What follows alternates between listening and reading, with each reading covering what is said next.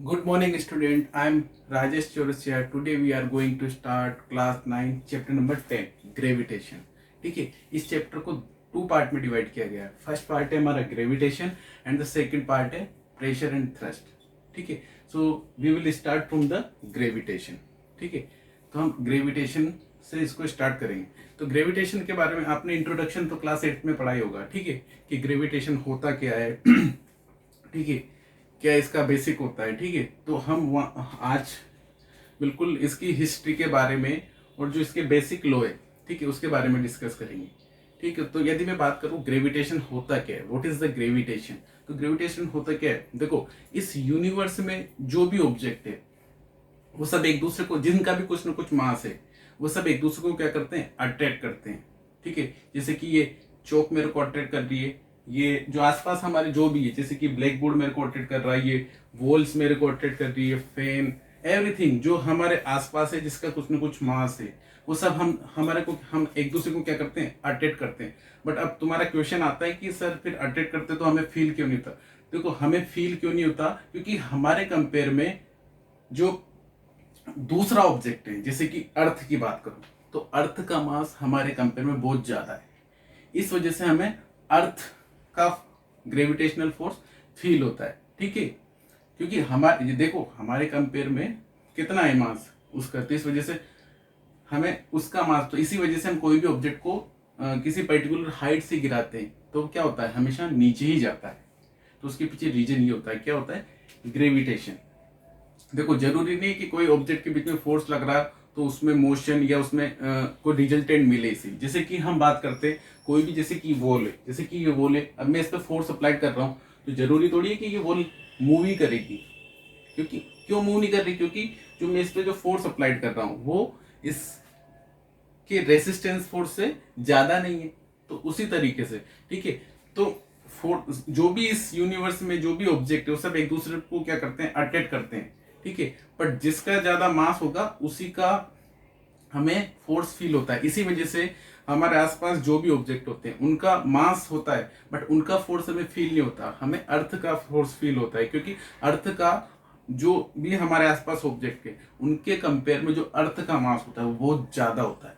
ठीक है, तो आई थिंक ये चीज आपकी क्लियर हो गई होगी. ठीक है, तो देखो यदि मैं ग्रेविटेशन की बात करूं तो the force of attraction due to the force of attraction of the object between their masses. तो फोर्स ऑफ अट्रैक्शन क्या होता है, जो भी ऑब्जेक्ट जिनका कुछ ना कुछ मास होता है वो सब एक दूसरे को क्या करते हैं, अट्रैक्ट करते हैं, और इसी फोर्स को हम क्या बोलते हैं, ग्रेविटेशन. तो डेफिनेशन क्या हो जाएगी, the force of attraction of object due to their masses is known as gravitation force. तो जो भी ऑब्जेक्ट के बीच में जो फोर्स, अट्रैक्शन फोर्स लगता है वही क्या होता है, और किसकी वजह से लग रहा है, मास की वजह से, उसी को हम क्या बोलते हैं, ग्रेविटेशन फोर्स. तो the force of attraction between any two particles या object in the universe is called gravitation और ग्रेविटेशनल फोर्स. तो दो ऑब्जेक्ट जिनका कुछ ना कुछ मास है और उनके बीच में जो अट्रैक्शन फोर्स होगा वो क्या होगा, ग्रेविटेशन फोर्स. ठीक है, तो ग्रेविटेशन फोर्स की यदि हम बात करें तो ग्रेविटेशन फोर्स क्या होता है, it is a types of contact force. ये कॉन्टेक्ट या नॉन कॉन्टेक्ट, बताओ, ये non contact types of force होता है, कॉन्टेक्ट टाइप नहीं होता. हमने क्लास 8 में ऑलरेडी डिस्कस कर चुके हैं इसके बारे में. ठीक है, क्योंकि जैसे मैंने कोई भी ऑब्जेक्ट को गिराया, ठीक है, ये गिराया तो मतलब छोड़ा तो क्या हुआ, अर्थ की तरफ गया, जबकि अर्थ हमारे इस ऑब्जेक्ट से टच थोड़ी थी. फिर भी उसने क्या किया, एक फोर्स अप्लाइड किया, ग्रेविटेशनल फोर्स, जिसके थ्रू ऑब्जेक्ट क्या हुआ, नीचे की तरफ गया. तो दो ऑब्जेक्ट के बीच में कोई फिजिकल कांटेक्ट नहीं है बट फिर भी फोर्स एक्साइटेड हो रहा है, तो ऐसे फोर्स को हम क्या बोलते थे, नॉन कांटेक्ट फोर्स. तो जो ग्रेविटेशन फोर्स है ये non contact types of force है. ठीक है, और इसकी देखो इस यूनिवर्स में जितने भी फोर्स है सभी की यूनिट क्या होगी, न्यूटन. ओके, देखो और यदि हम ग्रेविटेशन की बात करें तो इसके लिए, इसके पीछे बहुत सारी हिस्ट्री होती है. उस हिस्ट्री आपने पढ़ी होगी कि इसाक न्यूटन थे, वो एक पेड़ के नीचे बैठे हुए थे और एक एप्पल गिरा. ठीक है, फिर उन्होंने उसके बारे में सोचा कि नीचे ही क्यों गिरा, ऊपर भी तो जा सकता था. ठीक है, तो फिर उन्होंने इसके बारे में स्टडी की और फिर ये लॉ ऑफ ग्रेविटेशन दिया. ठीक है, तो देखो इसके यदि मैं ग्रेविटेशन की हिस्ट्री की बात करूं तो देखो न्यूटन से भी पहले क्या थे, इसाक न्यूटन से भी पहले थे, ऐसे न्यूटन से भी पहले थे गैलीलियो। और उससे भी पहले की बात करूं तो उससे पहले थे केपलर्स। ठीक है, तो देखो जो केपलर्स थे वो अपना मैक्सिमम टाइम उन्होंने देखो स्पेस के बारे में बहुत स्टडी की। ठीक है, उन्होंने बहुत सारे टेलीस्कोप बनाए और उनके थ्रू उन्होंने स्पेस की बहुत सारी स्टडी की। वो दिन भर मतलब नाइट टू नाइट या दिन भर मतलब क्या करते थे, स्पेस की तरफ ही टेलीस्कोप से देखा करते थे। और उसके आधार पर उन्होंने अपने ये 3 लॉ दिए थे। ठीक है, इनको स्टडी करेंगे। फिर उसके बाद आए गैलीलियो। ठीक है, गैलीलियो ने भी इसके बारे में स्टडी की। ठीक है, और उन सबको बेस मानकर फिर न्यूटन बाबा आए। फिर उन्होंने ग्रेविटेशन के अपना नया लॉ दिया, लॉ फोर्थ। ठीक है, 3 लॉ तो आपने प्रीवियस चैप्टर में पढ़ लिया। ठीक है, ये इनका फोर्थ लॉ है एक तरह से, मतलब फोर्थ लॉ होता नहीं पर ये इनका फोर्थ लॉ था। ठीक है, तो फिर ग्रेविटेशन के बारे में उन्होंने बताया किसके बेस पे, गैलीलियो और केपलर्स के लॉ को स्टडी करके उन्होंने फिर अपना लॉ दिया। ठीक है, law, universal law of gravitation, वो हम अभी आगे पढ़ेंगे। ठीक है, तो यहां तक आई थिंक ये चीज क्लियर होगी। अब देखो यदि मैं बात करूं कि देखो कोई भी ऑब्जेक्ट किसी भी ऑब्जेक्ट के अराउंड रिवोल्यूशन करता है, जैसे कि all planet revolve around the sun, तो उसके पीछे रीजन क्या है। ये मैं एग्जांपल की बात कर रहा हूं कि ग्रेविटेशन के क्या क्या एग्जांपल मतलब कहाँ ये एप्लीकेबल है। ठीक है, तो जो भी ऑब्जेक्ट किसी भी ऑब्जेक्ट के अराउंड रिवॉल्व करता है तो उन सब के पीछे कौन है, ग्रेविटेशन। जैसे कि देखो जो आपके प्लेनेट है, देखो ये सन है। ठीक है, और इसके अराउंड ये आपका सन है। ठीक है, इसके अराउंड ये आपके प्लेनेट मूव करते हैं। ठीक है, ये आपके प्लेनेट मूव कर रहा है। ठीक है, जैसे कि आपकी अर्थ। तो इसको देखो कोई भी ऑब्जेक्ट किसी भी ऑब्जेक्ट के अराउंड रिवॉल्व करता है, उसमें जो एप्लीकेबल फोर्स होता है वो सेंट्रीपिटल फोर्स की वजह से ही क्या करता है, रिवॉल्व करता है। ठीक है, बट सेंट्रीपिटल को जो फोर्स को जो सपोर्ट करता है वो फोर्स कौन सा है, ग्रेविटेशनल फोर्स। तो ग्रेविटेशनल फोर्स की वजह से ही क्या होता है, इस सन के अराउंड ये हमारी अर्थ रिवॉल्व करती है। यदि ग्रेविटेशन फोर्स नहीं हो तो ये क्या होगा, ये इसके अराउंड रिवॉल्व नहीं कर सकती है। ठीक है, जैसे कि आपने देखा होगा, आपने बचपन में बहुत किया होगा, जैसे कि एक थ्रेड लिया, उसके ऊपर उसको एक स्टोन उसमें बांध दिया और फिर आप क्या करते हैं, उसको रिवॉल्व कराते हैं इस तरीके से। तो वो ऑब्जेक्ट क्या करता है, वो स्टोन जो वो रिवॉल्व करता है आपके अराउंड। ठीक है, तो क्यों कर रहा है, देखो आपने न्यूटन फर्स्ट लॉ पढ़ा है कि कोई भी ऑब्जेक्ट यदि लॉ ऑफ इनर्शिया पढ़ा है ना, कि यदि कोई भी ऑब्जेक्ट रेस्ट में तो रेस्ट में रहना पसंद करता है, और यदि मोशन में है तो मोशन में ही रहना पसंद करते हैं जब तक कि उस पर कोई एक्सटर्नल फोर्स वर्क नहीं करे। तो यदि कोई ऑब्जेक्ट स्ट्रेट लाइन में मोशन कर रहा है तो कंटिन्यूअसली स्ट्रेट लाइन में मोशन करेगा। बट यहाँ तो जब भी हम किसी भी ऑब्जेक्ट को क्या करते हैं, स्टोन को थ्रेड से बांध कर रिवॉल्व कर, तो वो क्या करता है, रिवॉल्व करता है हमारे अराउंड।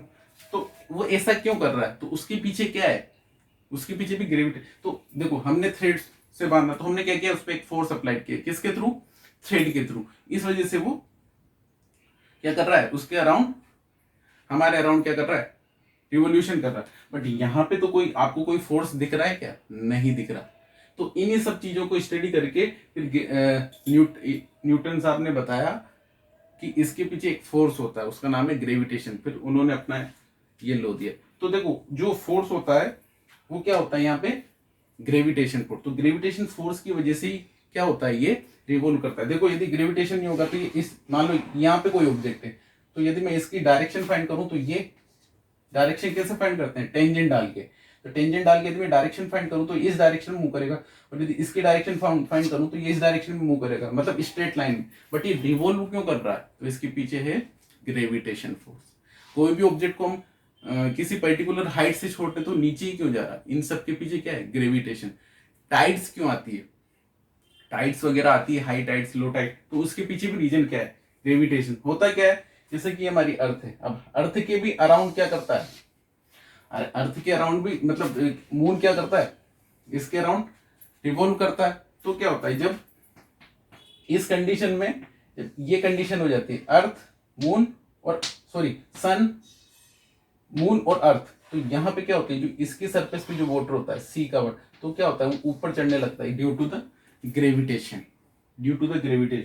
तो इसी वजह से टाइड्स वगैरह आती है। तो इन सबके पीछे क्या, मैंने ये एक तरह से एग्जांपल बता रहा हूँ मैं ग्रेविटेशन के, ठीक है, कि कहाँ कहाँ इसका यूटिलाइज है, ठीक है। और देखो यदि मैं ग्रेविटेशन की बात करूँ तो इस यूनिवर्स में 4 टाइप्स के फोर्स होते हैं, strong nuclear, weak nuclear force और इलेक्ट्रोमैग्नेट और ग्रेविटेशन फोर्स। और जिसमें सबसे जो वीक फोर्स होता है वो ग्रेविटेशन फोर्स ही होता है, ठीक है। तो ये सब थी, ये समरी थी, ठीक है। अब हम आते हैं केपलर्स लॉ के ऊपर। ये देखो केपलर्स के लॉ को स्टडी करके ही जो न्यूटन बाबा थे उन्होंने अपना लॉ दिया था, law, universal law of the gravitation. देखो यूनिवर्सल का मतलब होता है सभी जगह एप्लीकेबल होना, यूनिवर्स मतलब यूनिक, ठीक है। तो तो देखो यदि मैं बात करूं केपलर्स लॉ, तो केपलर्स ने अपने 3 लॉ दिए थे, ठीक है। उनका फर्स्ट लॉ क्या था कि देखो उनका फर्स्ट लॉ था कि जो देखो जो भी, जैसे लेटेस्ट कंसीडर ये सन है हमारा, ठीक है, और इसके अराउंड क्या करता है, इसके अराउंड जो भी प्लेनेट इसके अराउंड जो मूव करते हैं, जिस पाथ में मूव करते हैं उसको हम क्या बोलते हैं, ऑर्बिट। उसको क्या बोलते हैं ऑर्बिट।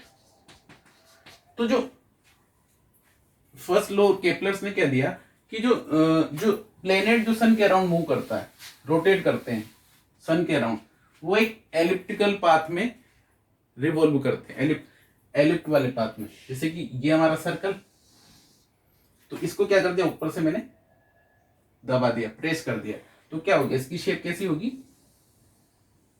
ये, ठीक है, ये एलिप्टिकल पाथ में। तो केपलर का फर्स्ट लॉ क्या था कि जो जो प्लेनेट होते हैं वो जो सन के अराउंड जो मूव करते हैं वो एक एलिप्टिकल पाथ में मूव करते हैं। तो ये तो अब देखो जो एलिप्टिकल पाथ होता है इसमें देखो सर्कल में तो क्या होता है, हमारा एक फोकस होता है, मतलब एक सेंटर पॉइंट होता है, इसको फोकस, ठीक है। तो इससे जो डिस्टेंस होती है इसकी पेरीमीटर की, मतलब वो इक्वल होती है, तो इसको हम क्या बोलते थे, रेडियस। बट यहाँ पे एलिप्स में क्या होता है, 2 फोकस होते हैं। तो सिंगल को तो क्या बोलते हैं अपन, फोकस। सिंगल को तो क्या बोलते हैं हम, फोकस, ठीक है। सिंगल को तो हम क्या बोलते हैं, फोकस। और जब डबल हो जाते हैं तो क्या होता है, तो फोसे क्या बोलते हैं इसको, फोकई, ठीक है, फोसी या फोकई जो भी आप बोलते हो, ठीक है। तो ये अब देखो एलिप्स में इनकी इनकी पोजीशन कैसे हम कंसीडर करते हैं एलिप्स में। देखो यदि मान लो कोई भी ऑब्जेक्ट, कोई भी मैंने 2 पॉइंट लिए, ये पॉइंट, ये और ये, तो इन दोनों की कोई भी 2 पॉइंट लिए मैंने, ठीक है। तो ये और ये जैसे L1 और ये L2, तो L1 प्लस L2 मान लो L मीन है, तो ठीक है, इनकी मीन लेंथ। तो देखो ये सेट, ये जो फोकस, सिंगल को तो क्या बोलते हैं अपन, फोकस इसमें, और इसमें जो डबल फोकस होते हैं, मतलब इसको बोला, ये इसका प्यूरल वर्ड होता है, ठीक है, तो इसको बोला जाता है फोकई या फोसी जो भी आप बोलते हो, ठीक है। तो तो देखो इसको कैसे डिसाइड किया जाता है एलिप्स में कि L1 और L2 मान लो कोई पॉइंट हमने कंसीडर किया, उनसे दोनों दोनों जो फोकस और फोकई से जो हम जो लेंथ मेजर करेंगे, उनका जो टोटल होगा वो किसी भी पॉइंट पे, जैसे कि मान लो मैंने यहां पे एक और पॉइंट लिया, तो ये और ये, इन दोनों से जो होगा वो हमेशा क्या होगा, कांस्टेंट होगा। तो यहाँ पे भी जैसे L3 और L4, तो यहाँ पे L3 प्लस L4 का भी जो जो टोटल आएगा, सम आएगा, वो भी किसके इक्वल होगा, Lm के। मतलब यहाँ और यहाँ से जो हमें डिस्टेंस, टोटल डिस्टेंस मिली, वो किसके इक्वल होगी, इन दोनों। तो ऐसा कोई सा भी पॉइंट ले, तो ये इनके डिसाइड, इस तरीके से हम इनका फोकस और फोसई या फोसी डिसाइड करते हैं, ठीक है। तो इसमें 2 फोकस होते हैं, एक फोकस दूसरा फोकस। अब इसमें जो सन को कंसिडर किया जाता है,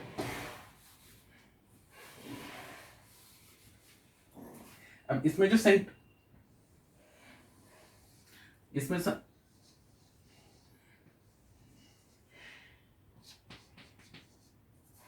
देखो ये फोकस और ये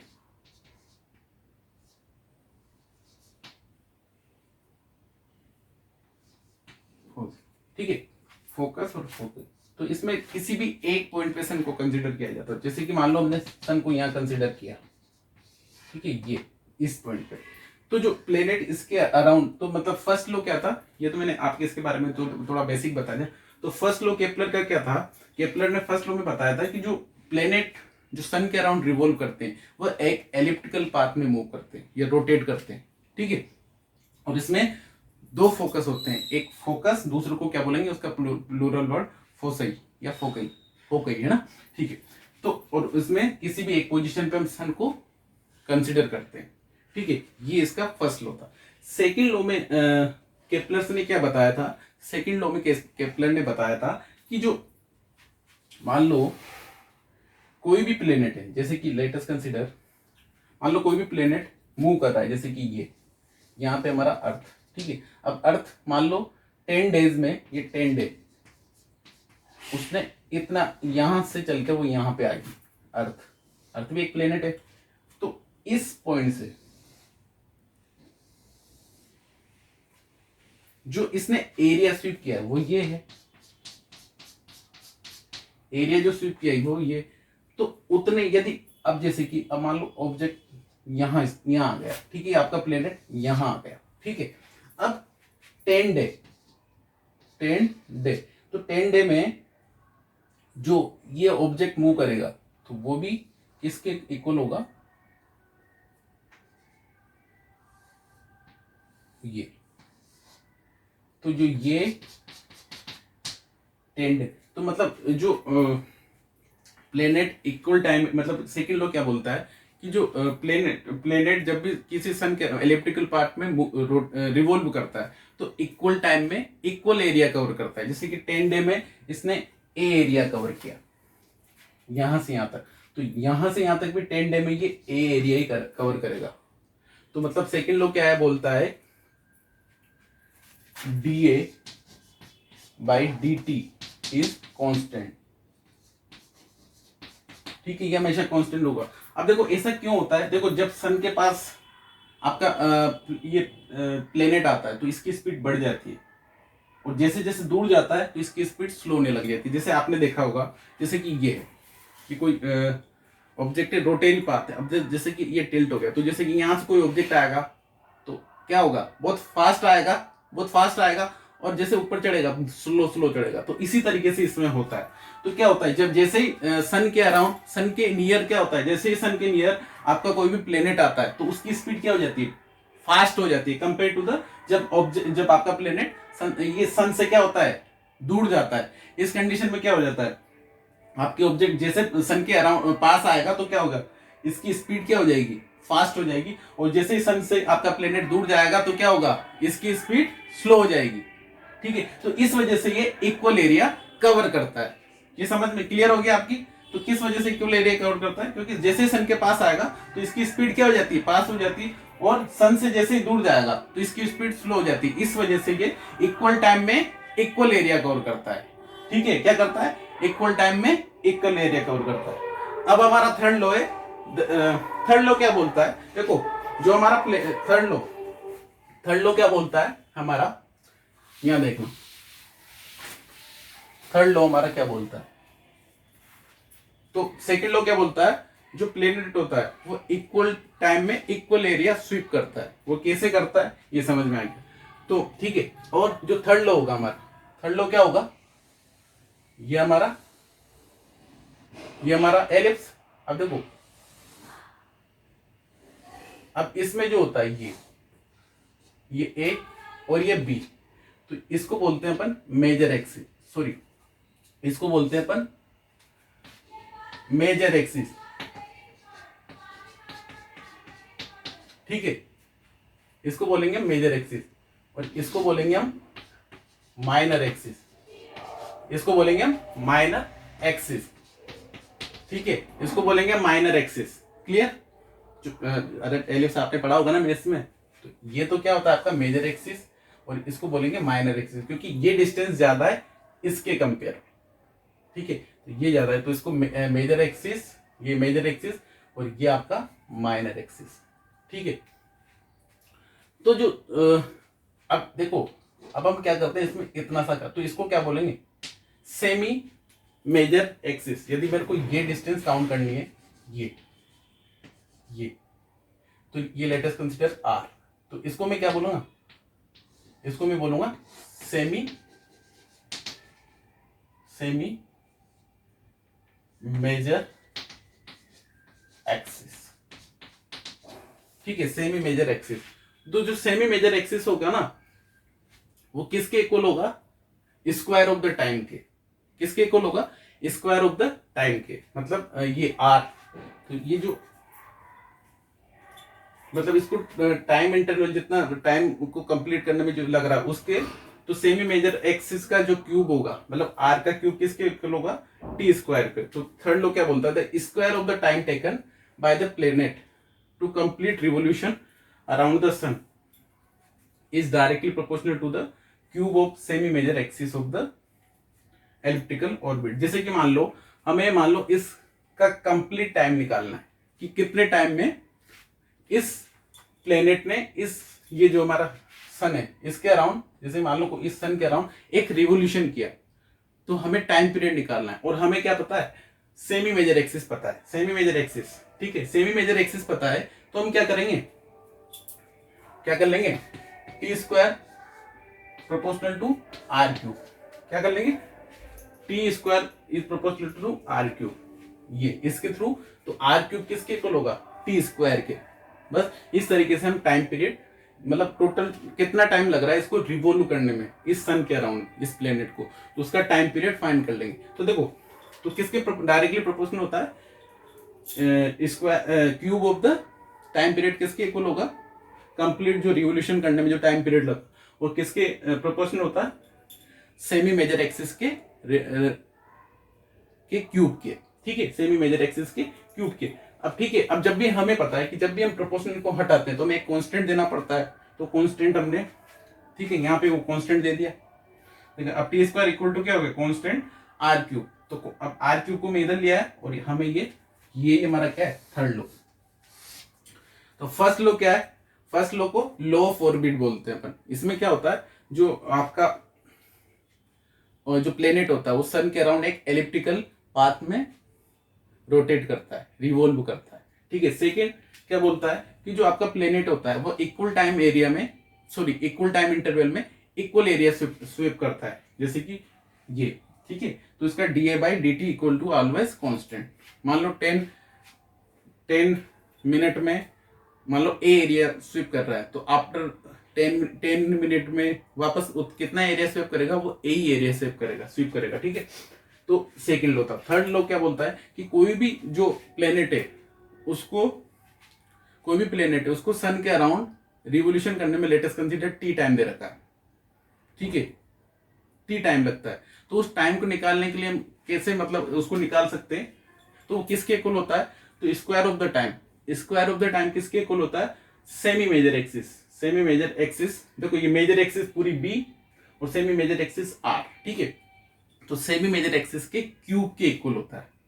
ठीक है, तो ये चीज, और तो फर्स्ट लॉ को लॉ ऑफ ऑर्बिट बोलते हैं, सेकंड को लॉ ऑफ एरिया बोलते हैं। ठीक है, तो इस तरीके से आपके 3 लॉ ऑफ केपलर थे। ठीक है, अब इसके बाद हम जो नेक्स्ट वीडियो, उसमें हम law of gravitation, universal law of the gravitation के बारे में स्टडी करेंगे। Okay, thank you.